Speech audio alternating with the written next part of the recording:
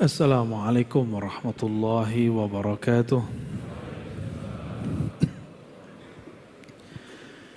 Alhamdulillahilladzi hadana lihadza wa ma kunna linahtadiya laula an hadana Allah. Asyhadu an la ilaha illallah. Asyhadu anna Muhammadan abduhu wa rasuluh. Allahumma salli wa sallim wa barik ala sayyidina Muhammad wa ala alihi wa ahli baitihi wa dhurriyyatihi wal mahdi khalifatihi wa sallim. Allahumma bika asbahna wa bika amsayna wa bika nahya wa bika namut wa ilayka an-nushur. Bismillahilladzi la yadurru ma'a ismihi syai'un fil ardi wa la fis samaa'i was-sami'ul 'alim. Bismillahilladzi la yadurru ma'a ismihi syai'un fil ardi wa la fis samaa'i was-sami'ul 'alim. Bismillahilladzi la yadurru ma'a ismihi syai'un fil ardi wa la fis samaa'i wa huwas samiul 'alim. Wa nas'aluka khaira hadzal yawm wa khaira ma fihi wa khaira ba'dah. Wa na'udzubika min syarri hadzal yawm wa syarri ma fihi wa syarri ba'dah. Amin ya rabbal alamin. Sallallahu ala sayyidina Muhammad. Baik jemaah subuh yang diberkahi Allah, insyaallah kita akan membahas fawaidudz dzikri ijmalan. Faedah-faedah daripada zikir secara umum. Di kitab ini disebutkan sekitar 42 faedah zikir. Sebenarnya sebelum beliau sudah ada imam salafi tapi sufi. Namanya Ibnu Qayyim Al-Jauziyah. Nulis kitab Al-Wabilus Shayyib, menyebutkan lebih dari 40 faedah zikir. Yang ini versi Syekh Abdul Qadir Isa. Maka untuk beliau, mari kita kirimkan surah Al-Fatihah. Semoga beliau diberkahi di alam sana. Ila hadratin Nabil Mustafa Muhammad sallallahu alaihi wasallam. Wa ila Sayyidina Abi Bakrin wa Umar wa Uthman wa Ali wa sadatina ahlu turuq as-sufiyah wal awliya as-salihin wal ulama ilmin khasatan. Muallif hadzal kitab mursyidna Syekhna Abdul Qadir Isa wa talamidhihi wa man akhadha anhu wal hadirin wal hadirat. Al-Fatihah. Na'udzubillahi bismillahirrahmanirrahim.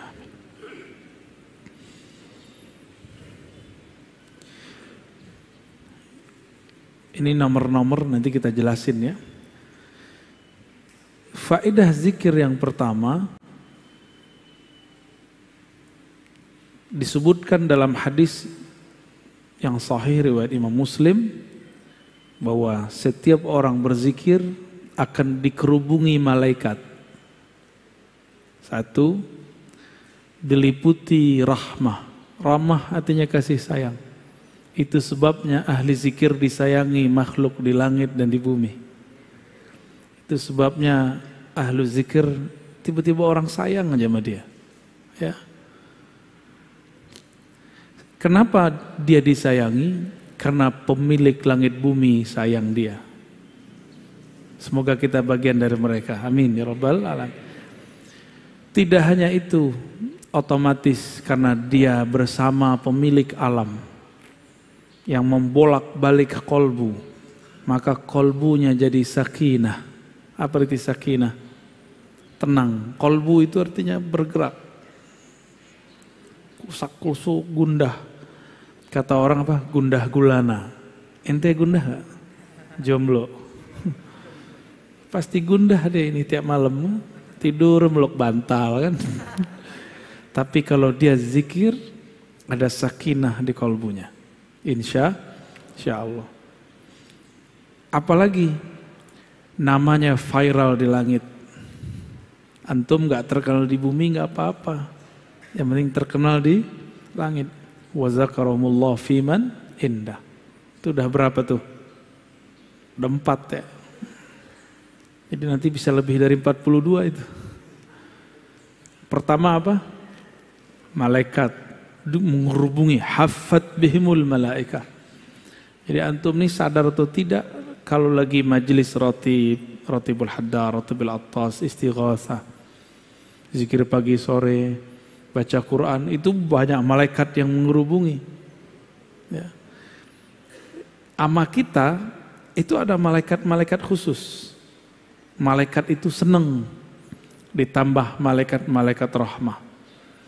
Maka sejauh yang saya perhatikan, nggak ada ahli zikir itu yang miskin.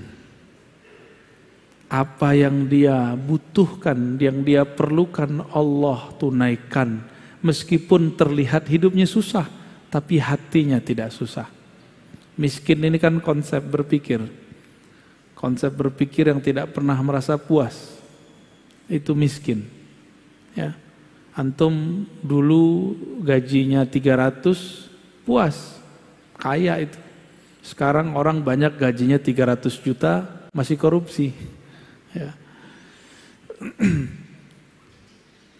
Apalagi yang kedua, orang yang sibuk berzikir, maka semua hajatnya, tadi barusan kita sebut, Allah penuhi meskipun dia tidak meminta. Kalau tadi hadis Muslim, sekarang hadis Tirmidzi. Orang yang sibuk dengan Quran, sibuk dengan zikir, Allah cemburu. Kalau di hatinya terbersit sesuatu, Allah nggak mau. Maka sebelum terbersit, Allah tunaikan apa yang akan dia butuhkan, diperlukan.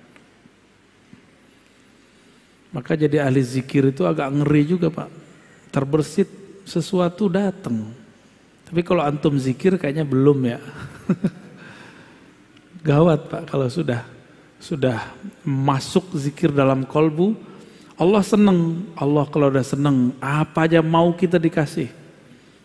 Karena mau kita saat itu bukanlah kita yang mau, dialah yang mau. Kalau antum kan masih antum yang mau, zikir supaya dapat ini, zikir supaya dapat itu. Jadi masih ada sisi ego, keinginan nafsiyah, keinginan ego, bukan keinginan dari Allah Subhanahu wa ta'ala. Kayaknya pada pengen zikir semua nih, tapi salah niat.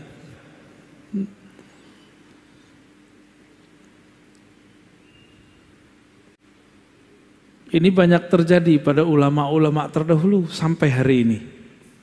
Jadi sampai hari ini tidak sedikit ahli-ahli zikir, apa yang terbersit di hatinya Allah kasih. Lalu Allah menyebut dalam hadis Imam Ahmad, Imam Baihaqi dan Ibnu Hibban dengan riwayat yang sahih bahwa ahli zikir itu disebut ahlul karam. Apa arti karam? Karam, al-karami, karim. Apa artinya? Pemurah, mulia. Ya. Allah Subhanahu wa ta'ala mengatakan, saya'lamu ahlul jam'il yawm man ahlul karam. Pada hari kiamat akan dikenal siapa yang disebut ahlul karam. Faqila wa man ahlul karami ya Rasulullah. Wahai baginda Rasul, siapakah yang disebut orang-orang yang pemurah? Nabi mengatakan ahlu majalis dzikri fil masajid. Orang-orang yang suka berzikir di masjid, masjid. Inilah dalil kita nanti ada masanya akan menghidupkan majelis zikir. Selain majelis taklim, ini kan taklim. Nanti ada masa kalau sudah muncul halnya, kita nanti zikir bersama-sama di masjid. Insya Allah ya. Karena ngaji-ngaji aja dulu ya, biar mantep dulu, jangan zikir dulu. Jadi kita berzikir dengan ilmu, bukan dengan nafsu pengen begini dan begitu. Itu maksudnya ya.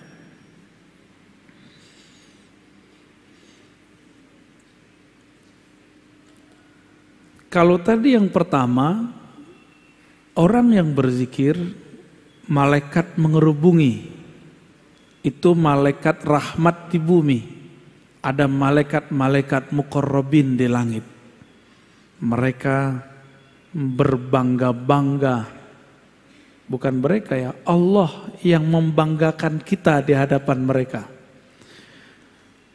Satu kali Sayyidina Nabi SAW kharaja ala halaqatin, keluar ke satu halaqah yang ada di masjid. Nabi nggak pernah suruh buat halaqah, Nabi nggak pernah suruh buat zikir, tapi sahabat inisiatif buat halaqah, lingkaran zikir, lalu mereka berzikir dengan pimpinan seseorang.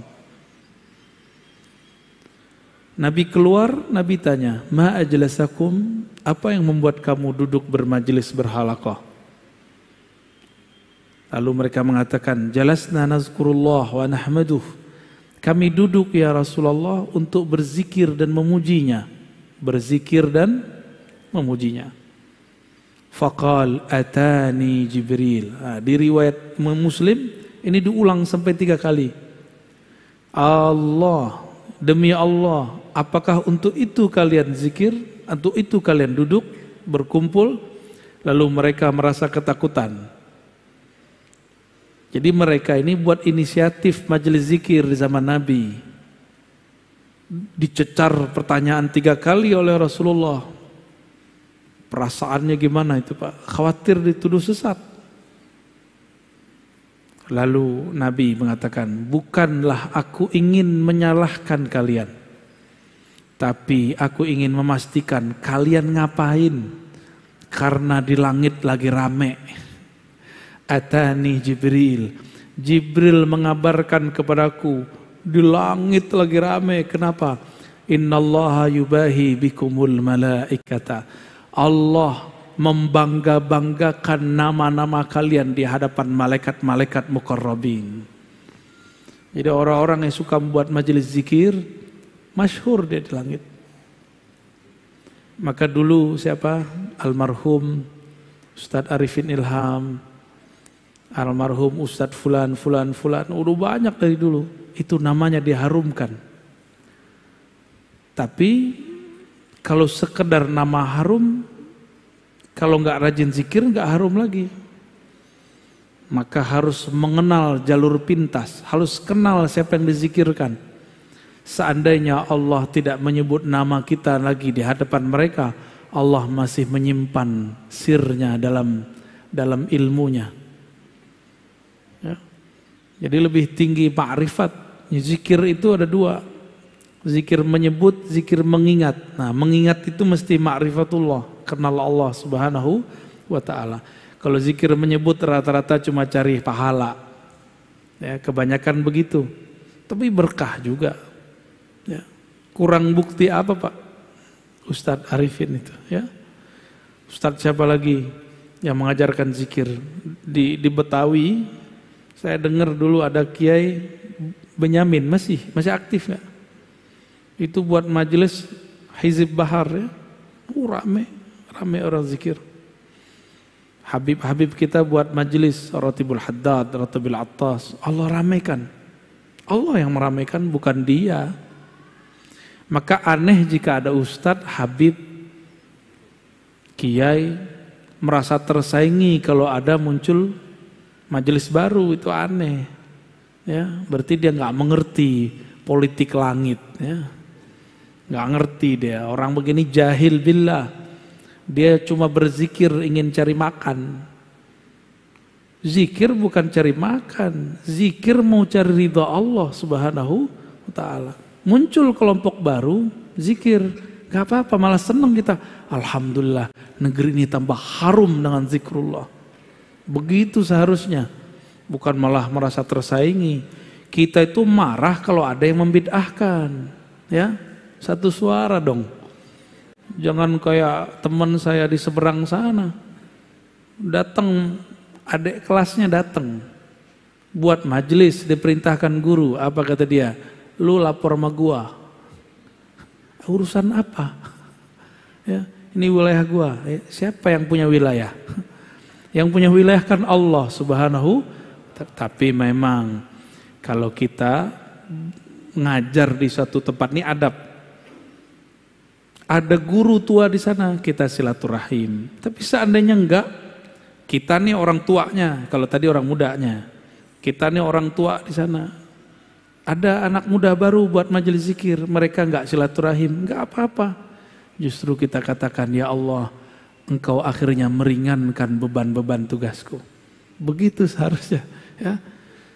Emang mimpin zikir menurut antum enak? Hah?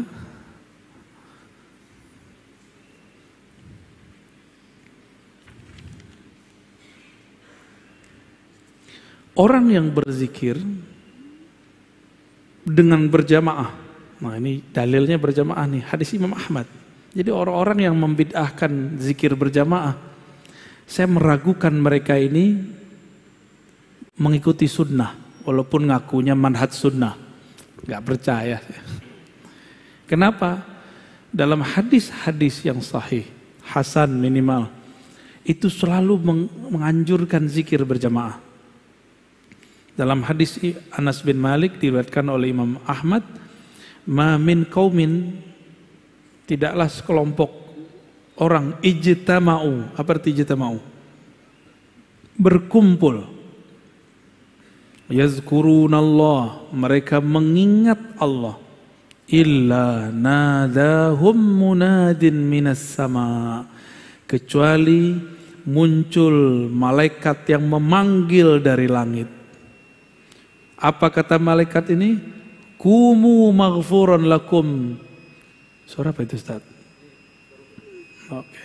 Kumu maghfuran lakum. Berdirilah kalian dalam keadaan maghfura, diampuni. Qad buddilat sayyiatikum hasanat. Kesalahanmu sudah diganti dengan kebaikan-kebaikan. Dosa-dosamu dihapus, kamu dapat derajat yang tinggi. Ini hadis menunjukkan makna apa? Pertama, majelis zikir itu diridhoi oleh Allah SWT. Bukti Allah ridho, kita diberi ampunan. Jadi nggak usah khawatir lagi untuk menghidupkan majelis zikir. Mau namanya rotibul haddar, rotibul attas, rotib apa, terserah. Ya, nanti kita buat rotib al-Hashimiyah. Canda ya, nggak sopan masa saya buat rotib sendiri ya.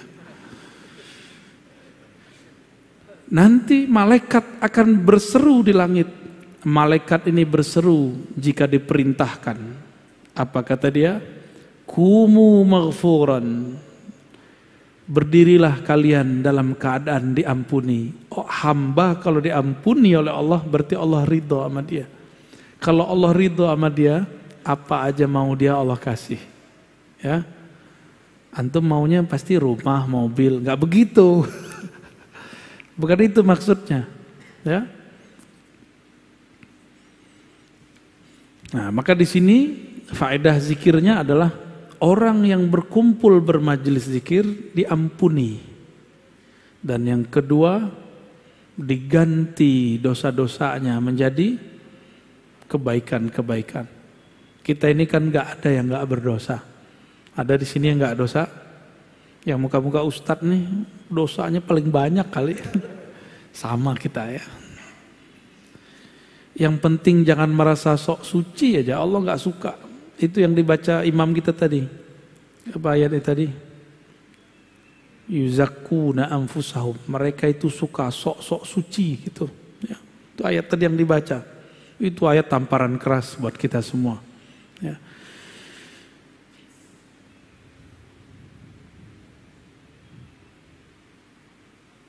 Terjadi dialog antara sahabat dan Nabi.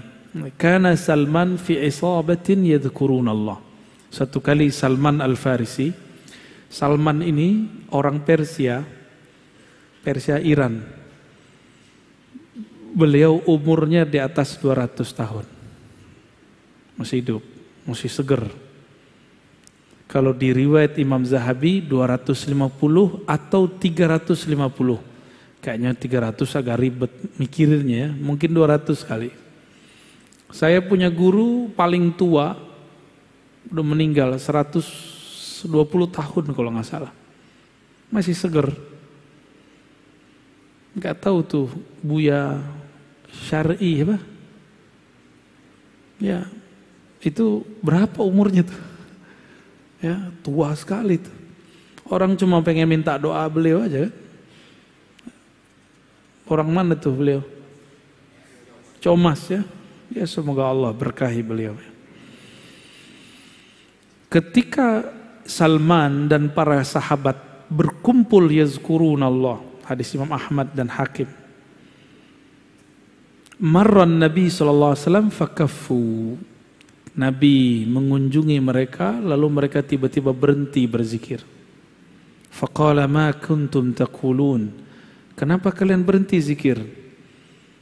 Qulna nazkurullah. Kami hanya nyebut-nyebut Allah, wahai Rasulullah. Qala, Nabi ini kan kasyaf. Tahu kasyaf? Ini orang Wahabi nggak percaya kalau Nabi kasyaf. Nabi memandang dengan izin Allah alam gaib. Kata beliau, inni ra'aitur rahmata tanzil. Aku melihat rahmat turun. Fa ahbabtu an usyarikakum fiha. Maka aku ingin mendapatkannya bersama kalian. Usyarikakum, bersama-sama mendapatkannya dengan kalian. Summa qala alhamdulillahilladzi ja'ala fi ummati man umirtu an asbir nafsi ma'ahum. Segala puji bagi Allah yang telah menjadikan di antara umatku ada kelompok yang aku diperintahkan untuk bertahan bersama mereka. Maka ini kabar gembira buat ahli zikir. Orang yang suka berzikir berjamaah. Rasulullah berbangga dengan kalian. Rasulullah berterima kasih kepada Allah karena ada kelompok-kelompok itu. Maka hidupkan istighasah, ratib, hizib. Hidupkan itu, majelis zikir, torikot yang mu'tabarah, yang sahih, sanadnya kepada Rasulullah. Hidupkan itu. Karena itulah yang membuat negeri ini diberkahi. Hindari merasa lebih baik. Torikot dengan torikot tidak boleh merasa lebih tinggi. Ya, itu cuma metodologi. Maka torikot yang sesat, yang merasa dirinya lebih hebat daripada kelompok yang lain. Ya. Boleh merasa torikot kita bagus, tapi tidak boleh merasa lebih baik, dalam artian lebih sahih, lebih benar, yang lain gak benar. Nah itu bid'ah itu ya. Ibnu Qayyim menyebutkan 100 macam zikir. Ya, lebih. Pertama, manfaat zikir ya. Annahu yutridu syaitan wa yuqmi'uhu wa yuksiruh. Orang kalau berzikir maka syaitan tertolak. Ya. Jadi kenapa kita ini kesetanan? Karena kurang zikir. Jadi kalau antum melihat ada orang zikir terus begitu, itu bukan kesurupan. Itu namanya hal, apa namanya? Atau wujdan. Dia berteriak lagi zikir, itu bukan kesetanan. Atau antum melihat ada orang zikir keras, la ilaha illallah, itu nggak apa-apa. Itu hal yang terjadi sama dia. Cuma kalau saya senangnya sekarang zikirnya lembut. Kalau dulu masa masih muda banget, sekarang muda biasa. Dulu masih muda sekali, saya senang zikir keras. Bahkan kami seminggu itu ada 3 kali majelis zikir keras. La ilaha illallah, begitu. Kepalanya udah kemana-mana itu. Ada kawan kita yang sudah guling-guling, nangis menyebut nama Allah. Allah, Allah, itu rindu kepada Allah Subhanahu wa Ta'ala. Enggak apa-apa itu. Cuma jangan di tempat yang orang belum mengerti tentang itu. Kayak di masjid ini kan belum terbiasa. Ini kan masjidnya masjid mu'alaf juga nih. Dulunya jangankan itu kunut aja susah di sini ya. Imam mau kunut aja disogok dulu biar gak kunut ya. Tanya nih sama imamnya ya. Annahu yurdir rahmana azza wa jal. Orang kalau zikir Allah ridha. Ada yang lebih tinggi dari ridha Allah. Antum kalau sudah diridhai Allah, mau ke langit ke-7 boleh, mau masuk surga boleh, tapi mati dulu. Yang ketiga, ayuzilal hamma wal ghamma anil qalb. Kenapa ada orang gundah gulana? Karena zikir tidak masuk menjadi benteng dirinya. Maka syaitan itu kan mengalir di seluruh darah. Bisa setan. Cuma syaitan tidak sanggup masuk ke jantung. Namun karena darah sudah kotor, itu darah yang masuk bekas dia. Itulah yang membuat kolbu kita gundah. Jadi zikir rutin, zikir itu gak usah banyak-banyak. Zikirnya yang rutin, pagi, sore, ba'da sholat. Dirutinkan terus begitu. Nanti akan muncul cahaya, berlapis cahaya, begitulah terus.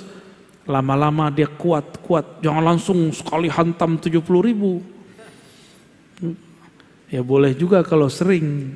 70.000 itu bulanan, mingguan. Misalnya kita buat majelis khatam 70.000. Sekali seminggu boleh. Jangan sekali setahun 70.000-nya. Ya. Yang keempat, annahu yujlibu lil qalbil faraha was surura wal bast. Orang yang zikir, maka di kolbunya ada kebahagiaan. Yajlib, dapat menarik energi bahagia. Ya, orang-orang yang murung ini kurang zikir, ya. Ini wajah-wajah galau ini kurang zikir ini, ya. Kebanyakan nonton YouTube. Annahu yunawwirul wajha wal qalb. Orang kalau zikir, karena kolbunya berseri-seri, wajahnya pun berbahagia. Ya. Walaupun air matanya menetes, tapi dia menetes dengan kebahagiaan. Emang bisa nangis tanda bahagia? Bisa ya? Coba ibu-ibu itu waktu dulu nikah, nangis. Kita tanya, kamu sedih neng? Enggak, aku bahagia. Jadi ada tangisan bahagia. Annahu yuqwil qalba wal badan. Orang ahli zikir itu kuat kolbunya dan badannya. Jadi antum yang sakit-sakitan mulu, dikit-dikit capek, itu kurang zikir. Karena kalau zikir, kolbunya tenang. Orang kalau zikir, kolbunya tenang. Kalau kolbunya tenang, maka badannya akan stabil, imunnya oke. Ya. Ini kesukaan antum nih ya. Zikir itu menarik rezeki. Annahu yajlibur rizqa. Zikir itu menarik rezeki. Cuma salah paham, rezeki itu tidak hanya yang zahir, ada yang batin.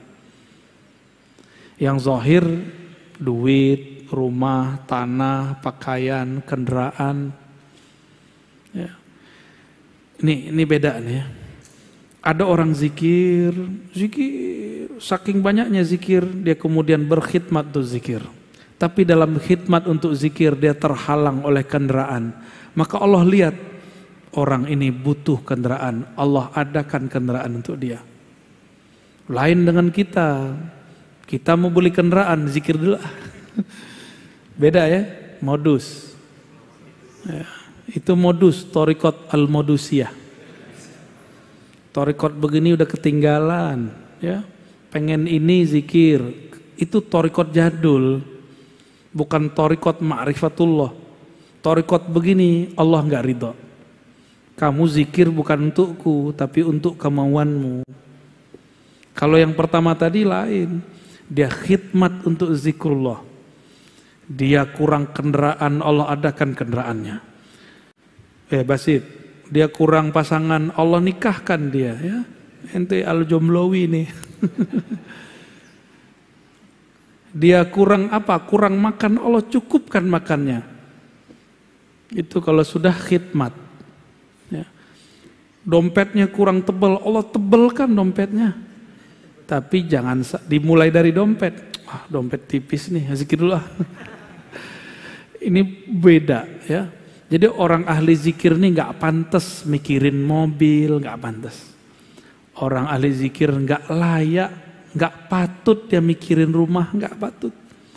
Orang ahli zikir nggak seyogyanya dia membicarakan dompet, nggak seyogyanya dia ngurus-ngurusan begitu.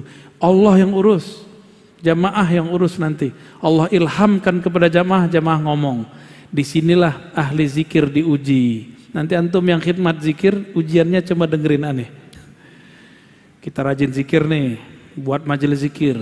Allah ilhamkan seorang kaya, dia ngomong, Ustadz, Kiai, Buya, nanti kalau saya dapat rezeki, saya beliin rumah dan mobil. Nah, nanti begitu. Itu ujian. Allah sengaja tes case. Ditesnya orang, dia ahli zikir atau pengen sesuatu dalam zikirnya. Kalau dia ahli zikir, dia cuek aja. Kita digombalin orang. Ya. Orang kalau susah kan ngomong begitu. Tapi kalau udah punya, eman juga nih duit. Masa dibagi-bagi sama orang, dia kan kerja ngapa-ngapain. Yang kerja aku, si Ustadz cuma doa-doa doang.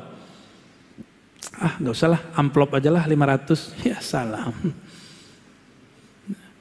Minta kaya, ngasih amplop Ustadznya segitu kan. Doanya minta dunia akhirat. Itu kejadian, si Ustadz berubah gak niatnya? Apakah dia tadinya yang berharap kepada Allah, sekarang berharap kepada makhluk Allah? Tuh, tipis-tipis. Kalau lagi zikir yang kebayang amplop, nah, orang kaya, atau ketika zikir teringat Allah yang maha memberi zikir. Kalau matahari terbit, purnama pun tidak terlihat, bintang-bintang hilang.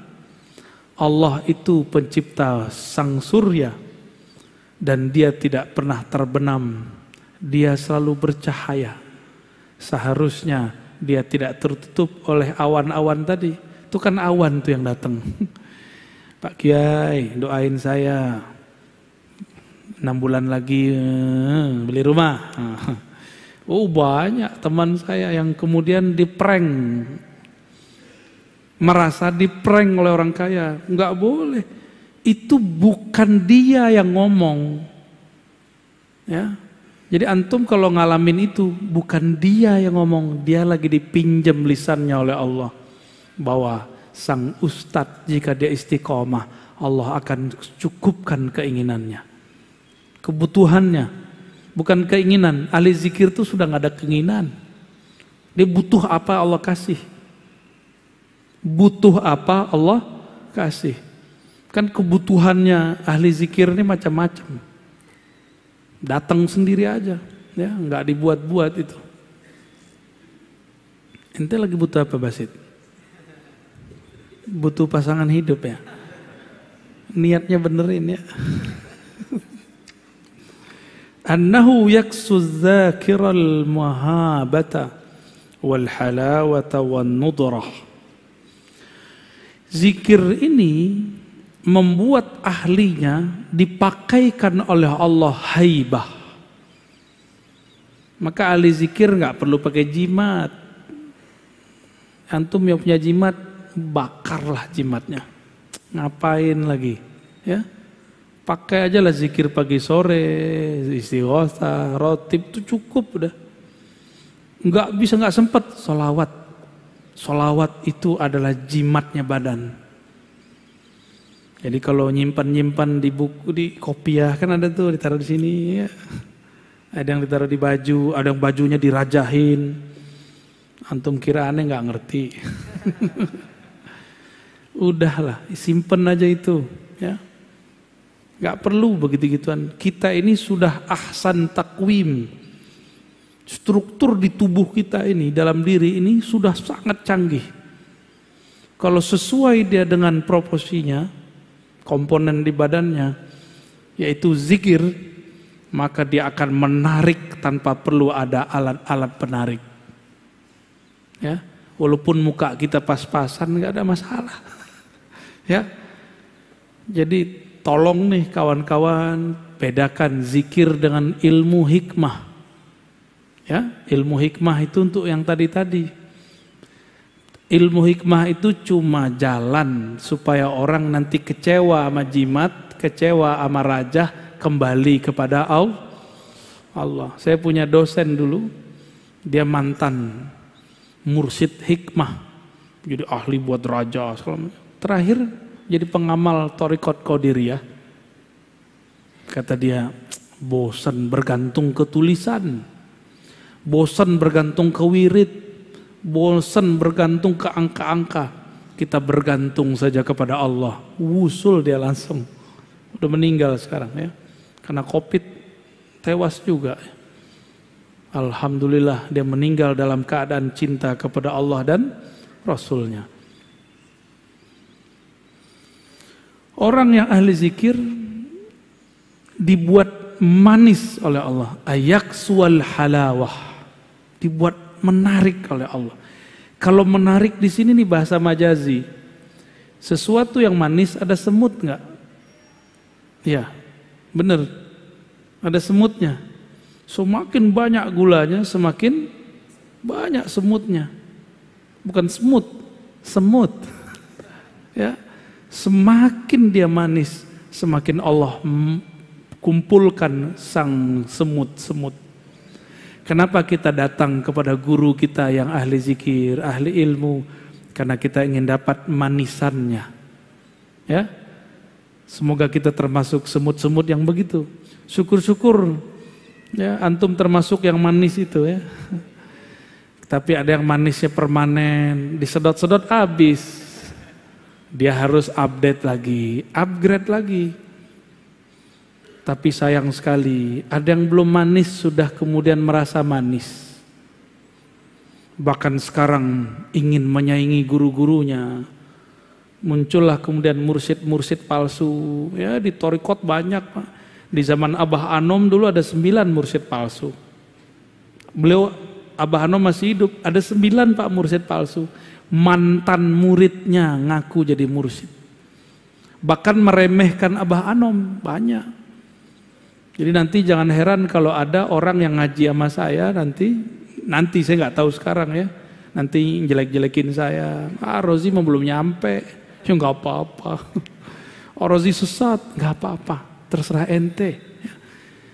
Kita tidak diminta untuk dikenang amal kita. Ya, guru sih sedih muridnya khianat. Cuma itu kan takdir Allah.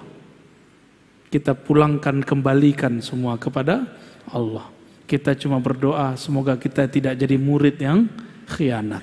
Ya, ada yang nggak diangkat jadi mursyid, setelah wafat ngaku jadi mursyid. Itu pengkhianat juga itu. Nah ini banyak sekarang begitu. Saya nggak mau ini terjadi pada kita. Maka walaupun saya kolektor ijazah tarekat kemursidan, tapi tidak satupun yang saya kembangkan di luar-luar. Paling di majelis tertutup saya bilang. Karena nggak mau terjadi pergesekan thariqah. Karena psikologis orang berthariqat ini merasa bangga dengan thariqahnya. Dulu waktu saya bertarikat sama Nia, saya menganggap, ini thariqat paling cepat. Lalu upgrade Naqsyabandi, kayaknya ini paling mantap. Ada suluk 40 hari, 10 hari. Di thariqat sebelah nggak ada. Pindah thariqat lagi, bukan pindah. Upgrade thariqat lagi. Wah ini kayaknya lebih gampang nih, nggak perlu pakai suluk-suluk nih. Ngaji lagi, begitulah terus. Ternyata kolbu ini nggak pernah puas sampai dia bertemu Allah Subhanahu wa Ta'ala. Jadi saya pengalaman Pak, berthariqat macam-macam dan setiap masuk thariqat tertentu merasa ini yang cukup, ini yang cukup. Maka setelah sekarang Allah dewasakan dikit-dikitnya, saya menghindari itu. Ya. Maka yang antum kan ada yang Naqsyabandi, ada Ba'alawi. Ada yang Qadiriyah, ada yang Syaziliyah, ada yang nggak jelas, ada Idrisiyah, saya lihat. Ada thariqat baru juga nih, thariqat Al-Barawiyah. Paling lucu, di sebuah pertemuan thariqat banyak orang-orang thariqat, sholat maghrib datang. Berlombalah mereka pengen jadi imam karena berharap nanti memimpin zikir. Dipimpinlah oleh salah satu orang thariqah. Yang thariqah lain marah. Bid'ah, thariqat kita beda. Tuh ngapain ente begitu ya?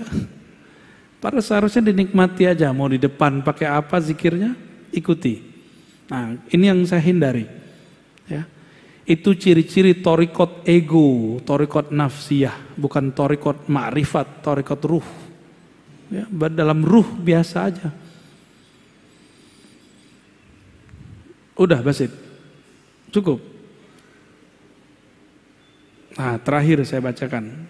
Nomor 9 kalau di Ibnu Qayyim. Yuwarrithul mahabbata allati hiya ruhul Islam. Orang ahli zikir pasti kolbunya penuh cinta. Jadi kenapa antum ketemu sekelompok orang ngaji doang dia, nggak ada zikirnya, kerjaannya nyalahin orang mulu, ya. Karena dia kurang zikrullah. Kalau dia sering zikrullah, di kolbunya yang penuh cinta, mahabbah. Mahabbah itulah ruhul Islam. Mahabbah itulah inti orang beragama. Mahabbah itulah yang kemudian Allah menciptakan segala sesuatu karenanya. Dengan mahabbah itulah Allah sampaikan seorang hamba ke hadiratnya. Dengan mahabbah itulah Salahuddin Al-Ayyubi menaklukkan perang salib.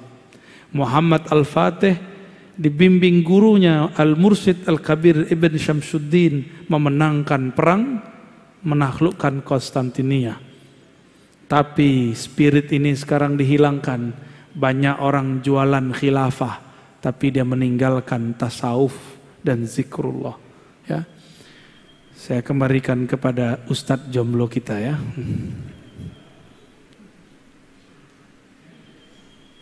Alhamdulillahirrahmanirrahim. Terima kasih Buya atas materinya. Sedikit Buya ingin bertanya. Bicara tentang zikir, ada zikir fida atau zikir tebusan. Itu Buya sedikit tahu, tolong penjelasannya Buya. Zikir fida, kalau di Thariqat Naqsyabandiyah, begitu juga Qadiriyah atau TKN atau Khalidiyah, disebut dengan zikir khatam tahlil atau ataqah, zikir pembebasan. Dalilnya banyak, ya. Man qala la ilaha illallah dakhalal, man kana akhiru kalami la ilaha illallah dakhalal jannah. Siapa yang akhir kalamnya la ilaha illallah masuk surga. Lalu supaya dapat hak la ilaha illallah, Imam Ad-Dusuqi, Imam As-Sanusi menjelaskan dalam kitab mereka, kitab akidah Sunusiyah, Dusuqiyah, disebutkan faidah zikir 70.000. Disebut zikir itqun minan nar, membebaskan hamba dari api neraka. Ya, itu disebut zikir fida. Nah, namun Imam Ibn Arabi punya zikir fida yang lain dengan sholawat. Imam Syafi'i zikir fidanya 4.000 kali khatam Quran. Kalau saya nggak banyak-banyak, Pak. Zikir fida itu zikir ma'rifatullah. Kenali yang engkau sebut, maka engkau diselamatkannya. Selesai. Masalahnya kenalnya gimana? Ya, cukup. Para jamaah ada yang ingin bertanya?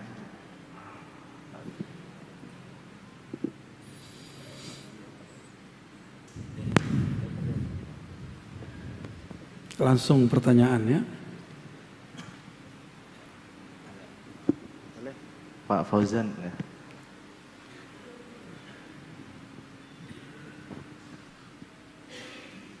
Assalamualaikum warahmatullahi wabarakatuh. Assalamualaikum. Alhamdulillah. Buya, saya ingin sedikit bertanya tentang zikirnya para anbiya, seperti zikirnya Nabi Adam alaihissalam, Rabbana zalamna anfusana wa illam taghfir lana wa tarhamna lanakunanna minal khasirin. Ya. Kemudian zikirnya Nabi Yunus alaihissalam, la ilaha illa anta subhanaka inni kuntu minadh dhalimin. Ya. Ini zikir yang harus diawali dengan bimbingan guru atau cukup dengan mahabbah kepada para anbiya Allah. Baik, sekian. baik. Dulu ada Syekh Abdul Somad Al-Falimbani Al-Makki Al-Madani. Beliau lama di Mekah, lama di Madinah. Waktu di Madinah beliau dapat ijazah kemursyidhan dari Syekh Al-Kutub Al-Syahir Muhammad Ibn Abdul Karim As-Sammani. Thariqahnya Sammaniyah. Thariqat Sammaniyah itu gabungan dari Qadiriyah dan Khalwatiyah, Naqsyabandiyah, Anfasiyah dan beberapa thariqah yang lain. Beliau mengajarkan kepada Syekh Abdul Somad, zikir itu ada yang umum namanya zikir hasanat, kapan aja boleh karena cinta. Ada zikir yang darajat. Apa arti darajat? Berzikirnya dengan teknik tertentu, kaifiat tertentu, ijazah tertentu. Kenapa begitu? Frekuensi kolbu kita tidak sama dengan kolbu Rasul Sallallahu Alaihi Wasallam. Para nabi seperti Nabi Yunus, Nabi Adam, mereka itu nabi, kita bukan. Supaya kolbu ini dapat mengikuti kolbu mereka, maka ada namanya kaifiat. Kaifiyah bahasa kitanya tata cara. Tapi AC disebut bahasa Arabnya mukayyif. Apa bahasa Inggrisnya? Air conditioning apa? Ya, pengkondisi udara gitu kalau diterjemahkan. Maka kaifiat itu dalam bahasa psikologi disebut conditioning sebelum zikir. Ini yang mahal dalam thariqah. Jadi apa yang membuat zikir thariqah bisa bertahan, bisa berbeda dengan zikir orang biasa, ustadz yang tidak berthariqah?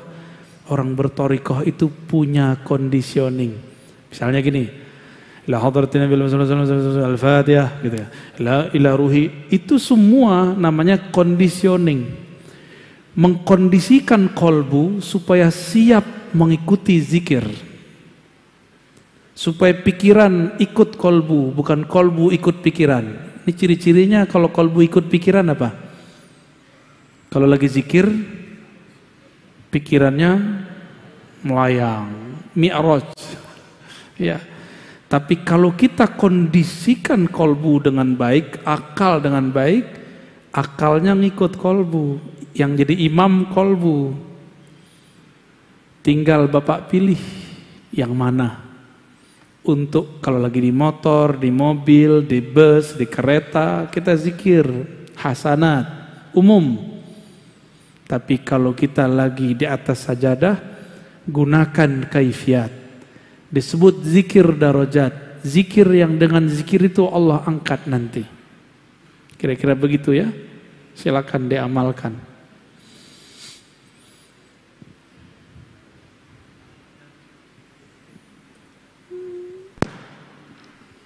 Assalamualaikum warahmatullahi wabarakatuh, Buya. Saya dari Jati Asih, Kota Bekasi, Buya. Masya Allah. Pengurus MWCNU Jati Asih. Udah yang kemarin, ketemu, Buya. ya. Buya. Saya mau bertanya, Buya. Saya pernah bermubahalah pada seorang ustadz yang mereka itu membid'ahkan. Yang kebiasaan kita bertahlil zikir. Lalu dia sedang berceramah, saya bilang begini dalam hati saya, ya Allah, kalau memang dia membid'ahkan kebiasaan kami yang suka tahlil dan zikir, ya Allah, kalau memang tahlil dan zikir ini bid'ah, biar saya yang mati atau dia yang menduduh itu. Kebetulan 1 bulan dia meninggal, Buya, habis sholat subuh gitu. Nah ini hukumnya apalah, Buya, gitu kan? Izin jawabannya, Buya. Assalamualaikum warahmatullahi wabarakatuh. Ngeri kali. Panglima Banser ya. Mubahalah itu sebaiknya dikurangi ya. Karena mubahalah itu menunjukkan perbedaan yang sudah tidak dapat disatukan. Saya kalau ketemu begitu saya menghindar, takut mubahalah itu terjadi. Berarti ini sudah nggak bisa disatukan. Malu di hadapan Allah Subhanahu wa taala. Bukan berarti saya takut mubahalah. Emang kita takut bersumpah dengan nama Allah? Enggak, ini nama terlalu berat.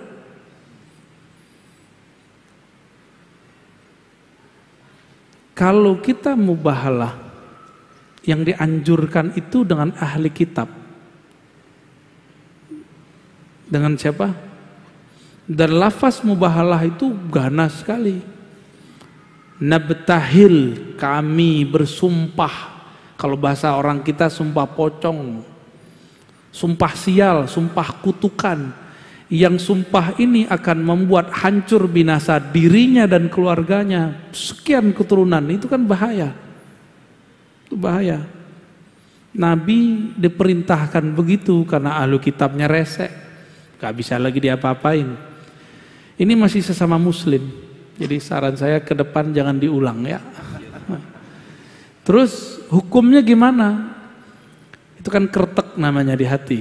Itu kan bukan kita juga yang buat. Nah ini ujian juga, merasa sakti enggak? Ya. Yang mematikan seseorang kita atau Allah? Ini contoh nih. Dalam hikam, sawabikul himami la tukhriku aswarul aqdari. Himmah yang kuat, batin yang dahsyat. Itu maksudnya. Tidak akan bisa merobek, menghancurkan dinding-dinding takdir, gak akan bisa. Maka dia mati bukan karena kita yang ngomong, tapi Allah pinjem kalam kita, matilah dia karena itu. Kan ngeri juga tuh, ya si abang kita dipinjam Allah lidahnya untuk matiin orang. Contoh gini, saya ambil pisau, kita tusuk seseorang, kalau Allah bilang gak mati, gak mati. Apakah saya yang kemudian nusuk orang lalu bikin dia mati? Enggak. Ini cuma asbab aja. Ini cuma asbab. Contoh lain nih, antum ngelihat ada orang pinter, bukan pinter dukun ya, orang cerdas. Ini bakal jadi orang hebat nih, terkenal ini. Terkenallah dia beberapa tahun setelah kita ngomong. Pertanyaannya, dia terkenal karena kita ngomong? Bukan, Allah tadi pinjam lisan kita 3 tahun lalu. Allah pinjam lisan. Setelah dipinjam, Allah ngomong lewat lisan, nanti orang ini akan terkenal gitu. Benar terkenal dia. Bakal mati deh, tapi bukan karena kita yang ngomong, tapi kita lagi dipinjam. Itu namanya khatir. Bahasa Arabnya apa? Khatir Rabbani. Khatir, kalau dia berkalam, kalamnya sama dengan kun. Kalau sudah kun, apa aja terjadi. Ya. Tapi kun ada 2, ada kun ahli zikir, ada dukun. Beda-beda tipis tuh. Gitu Bang ya, jauh-jauh dari Jati Asih. Ya. Satu lagi. Baik. Yang mana tuh? Yang sana belum tuh? Yang sini belum. Boleh. Yang kecamatan. Boleh dioper. Next, nanyanya pakai kertas aja, ya. Ente bagi kertasnya.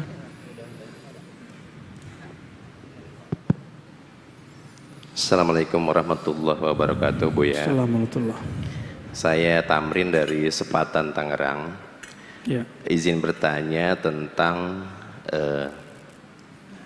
tarkud dunia, tarkul makhluk, dan salah satunya dengan terakhir itu tarkus syaiton. Saya lupa satu laginya. Perjalanan untuk menuju ke sini, bukankah itu melalui ranah tarbiyah dari guru-guru kita gitu Ustaz ya? Pertanyaannya adalah untuk kita atau saya pribadi yang kaum awam itu, seperti apa tarbiyah yang paling mudah untuk dimulazamah untuk yang seperti ini Ustaz? Demikian, Assalamualaikum warahmatullahi wabarakatuh. Waalaikumsalam. Al-mar'u ala dini khalilih. Begitu kan hadis yang kita sudah hafal. Seseorang itu dinnya, agamanya, akhlaknya, paradigmanya akan terbentuk dari khalilnya. Siapa yang jadi teman dekatnya? Bisa jadi mursyidnya, kiainya, komunitasnya. Ya, kita ini sebenarnya boleh punya apa aja Pak. Bapak boleh punya rumah 1000, punya cincin di semua tangan lengkap. Ngeri juga ya. Mau punya apa aja boleh, yang penting gak masuk ke dalam kolbu. Ini masalahnya. Ciri-cirinya apa? Gak susah kalau ngasih orang. Dia kalau ngasih gak ngerasa dikurangi, dan tidak merasa memiliki, hanya merasa dipinjamkan Allah. Nah, ini yang berat, saya aja belum berhasil itu Pak, tapi sedang berlatih. Kita berlatih. Ini yang disebut zuhud hakiki. Zuhud hakiki ketika selain Allah ditalak 3 dari kolbu. Bukan berarti kita kemudian bukan dengan dunia. Jadi saya ulangi, Bapak boleh punya kendaraan sebagus apapun, banyak-banyak boleh, bagi-bagi kita lah ya. Boleh apa saja, tapi jangan mobil itu masuk ke kolbu. Inilah anehnya, mobil masuk rumah nggak muat, tapi masuk kolbu muat Pak. Aneh ya? Cirinya apa? Antum sholat kepikiran mobil nggak? Tuh muat ya. Rumah, apalagi kepikiran pasangan, anak, kerjaan, itu semua yang membuat Allah tidak ridho. Allah itu pecemburu. Coba istrinya kalau cemburu marah-marah mulu kan? Istri kita lihat di kolbu kita ada selain nama dia. Kecuali istrinya sudah faham bahwa suaminya boleh menikah 4. Ya, kadang-kadang kan nggak mau faham. Tapi sefaham-fahamnya pasti dia cemburu. Pasti cemburu. Aisyah aja yang sehebat itu cemburu. Ya. Ummu Salamah aja cemburu sama Aisyah. Kan mereka ini 2 grup istri Nabi. Ada partai Aisyah, ada partai Ummu Salamah. Ada yang di luar itu namanya Zainab binti Jahash. Gak mau udah ikut. Urusan kalian. Saya ini dinikahkan Allah, akadnya langsung dari langit. Saksinya Allah dan Rasulnya. Kata Zainab binti Jahash, nggak mau ribut-ribut sama Aisyah dan Ummu Salamah, karena bagi dia cukuplah Allah yang mengakatkanku, udah cukup itu bagiku. Berarti cintanya aku, cintanya Rasul dari Allah. Sedangkan Sayyidah Hafsah, Sayyidah Aisyah dan Ummu Salamah, mereka masih merasa harus namaku yang dominan di kolbu Nabi, kira-kira begitu. Maka Nabi kemudian bermunajat, ya Allah, untuk membagi badan aku sanggup, untuk membagi harta aku sanggup, haza fima amlik, tapi untuk membagi hati aku tidak sanggup, engkaulah yang maha sanggup. Jadi adil di dalam itu bukan adil secara kolbu, nggak mungkin, adil secara fisik dan materi. Nah, kembali ke yang tadi, itu urusan rumah tangga nggak boleh masuk ke kolbu. Nggak boleh masuk. Itu sebabnya ketika Sayyidina Umar melihat anaknya Abdullah bin Umar nikah dengan perempuan, itu lupa ngaji dia, nggak masuk majelis lagi. Umar bilang cerain. Umar kan begitu Pak. Umar itu mursyid Rasulullah, lalu Abu Bakar Umar, mursyid ketiga di zaman itu, asistennya Rasul. Kata Abdullah bin Umar, aku masih cinta Pak. Cerain. Aku masih cinta Pak. Cerain, kalau enggak saya bawa ke Rasul. Di sidang di depan Rasul. Akhirnya kata Nabi, Abdullah, sudahlah, ikutin ayahmu. Karena ayahnya dapat izin berbicara dengan Allah, bahwa anaknya ini kalau lama-lama sama istrinya tidak akan menjadi baitul ilmi, rumah ilmu. Sekarang kita kalau baca hadis pasti diriwayatkan dari Abdullah bin Umar. Ya, itu rahasianya. Jadi Umar ini tajam. Benarlah kata orang Arab, al ilmu maqtu'un baina fakhizail mar'ah. Yang ngerti bahasa Arab jangan diterjemah ya. Ilmu kadang terhalang kalau orang belum bisa memilah-milih ketika dia menikah. Ya. Ketika belum bisa memilah-milih. Jadi kalau udah mateng baru, ya. Kalau ente udah kematangan, Basit. Cukup ya? Buya, satu Apa lagi terakhir Buya, terakhir. Ada pesan dari Bapak Andi dari Pasar Kemis. Apakah jika ingin masuk thariqah itu dengan cara keinginan sendiri boleh Buya? Atau dengan sholat hajat terlebih dahulu? Dan bolehkah keluar masuk thariqah dengan thariqah yang sama atau beda? Mohon penjelasannya Buya. Biasakan mau memutuskan belajar apa aja, sholat, istikharah dan hajat. Karena ciri-ciri orang-orang yang sukses, min sa'adatil mar'i, ya, ciri-ciri orang yang sukses dalam hadis Tirmizi dan Ahmad, dia banyak istikharah. Istikharah itu meminta Allah yang milih, bukan kita yang milih. Ya, apalagi berthariqat, kawin aja, nikah aja kita beristikharah. Jadi istikharah bukan hanya mau nikah, untuk teman hidup, teman tidur, teman makan, teman jalan. Untuk teman menuju Allah mesti istikharah. Ya. Terus boleh nggak keluar masuk thariqat? Ya silakan. Emang thariqat artinya apa? Jalan. Jalan itu untuk ditempuh, bukan untuk dipeluk-peluk. Wah, saya tinggal di jalan aja deh gitu. Maka thariqat Naqsyabandi, Qadiri, Idrisi, jangan itu diberhalakan.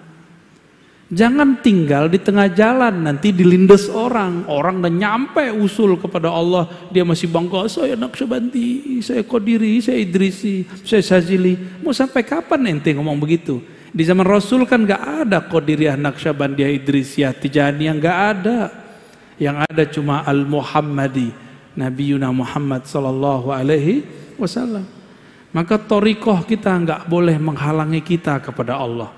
Thariqah itu seharusnya membuka jalan kepada Allah. Jadi kalau kita bilang, saya pakai jalan ini, kamu boleh pakai jalan yang lain. Keluar masuk gak apa-apa. Tapi keluar masuklah dengan istikharah dan musyawarah. Jangan pakai nafsu. Ya. Dan gak ada jaminannya ustadz terkenal itu lebih usul dari ustadz gak terkenal. Banyak kok mursyid-mursyid mastur tidak terkenal, tapi orang kalau dididik oleh beliau bisa sampai ke hadirat Allah Subhanahu wa ta'ala. Cukup ya? Barangkali itu semua Bapak Ibu, sahabat-sahabat, ikhwan akhwat fillah, semoga kajian kitab ini diberkahi Allah Subhanahu wa ta'ala. Ya, mohon maaf dari saya, seperti biasa tidak usah salam-salaman. Semoga Allah membuktikan cinta kita semua. Assalamualaikum warahmatullahi wabarakatuh.